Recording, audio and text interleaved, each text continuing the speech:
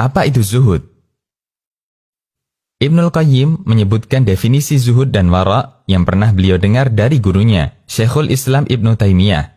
Ibnul Qayyim mengatakan, saya mendengar Syekhul Islam pernah mengatakan, zuhud adalah meninggalkan sesuatu yang tidak bermanfaat untuk kehidupan akhirat. Dan wara adalah meninggalkan sesuatu yang dikhawatirkan membahayakan bagi kehidupan di akhirat. Kemudian Ibnul Qayyim menegaskan, ungkapan ini adalah definisi terbaik dan paling mewakili untuk kata zuhud dan wara. Madarijus Salikin.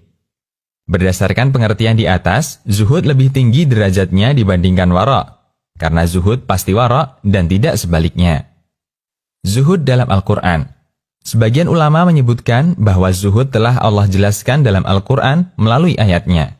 Allah Subhanahu wa Ta'ala berfirman, yang artinya, kami jelaskan yang demikian itu supaya kamu jangan bersedih terhadap apa yang tidak kamu dapatkan, dan supaya kamu jangan terlalu gembira terhadap apa yang diberikannya kepadamu. Dan Allah tidak menyukai setiap orang yang sombong lagi membanggakan diri.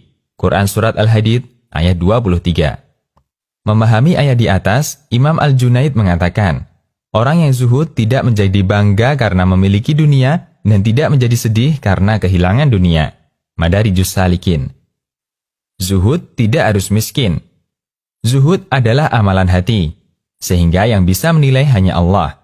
Karena itu, kita tidak bisa menilai status seseorang itu zuhud ataukah tidak zuhud hanya semata dengan melihat penampilan luar. Kekayaan dan harta yang dimiliki bukan standar zuhud. Orang bisa menjadi zuhud sekalipun Allah memberikan banyak kekayaan kepadanya. Kita tidak memungkiri bahwa para nabi yang Allah beri kerajaan seperti Yusuf, Daud, atau Sulaiman, mereka adalah manusia-manusia yang sangat zuhud. Allah Subhanahu wa Ta'ala berfirman tentang sifat Nabi Daud, yang artinya, ingatlah hambaku Daud, pemilik kekuatan dalam melakukan ketaatan. Sesungguhnya beliau awwab, yaitu orang yang suka kembali kepada Allah. Quran Surat Shad ayat 17. Allah juga berfirman tentang Sulaiman, yang artinya, kami anugerahkan anak kepada Daud yang namanya Sulaiman. Sebaik-baik hamba, sesungguhnya dia awwab, orang yang suka kembali kepada Allah. Quran Surat Shad ayat 30. Kemudian Allah berfirman tentang Ayub, yang artinya, kami dapati Ayub adalah orang yang sabar, sebaik-baik hamba, sesungguhnya dia orang yang awwab, suka kembali kepada Allah. Quran Surat Shad ayat 44. Anda bisa perhatikan, ketiga nabi mulia dengan ujian yang berbeda. Allah gelari mereka semua dengan kata awwab. Daud dan Sulaiman alaihimassalam diuji dengan kekayaan, sementara Ayub diuji dengan kemiskinan. Cara agar bisa zuhud.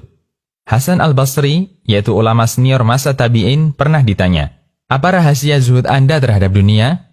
Jawaban beliau, aku yakin bahwa rizkiku tidak akan diambil orang, sehingga hatiku tenang dalam mencarinya. Aku yakin bahwa amalku tidak akan diwakilkan kepada orang lain, sehingga aku sendiri yang sibuk menjalankannya. Aku yakin bahwa Allah selalu mengawasi diriku, hingga aku malu merespon pengawasannya dengan melakukan maksiat. Aku yakin bahwa kematian menantiku, sehingga aku siapkan bekal untuk bertemu Allah. Semoga Allah membimbing kita untuk mengambil bagian dari sifat zuhud itu.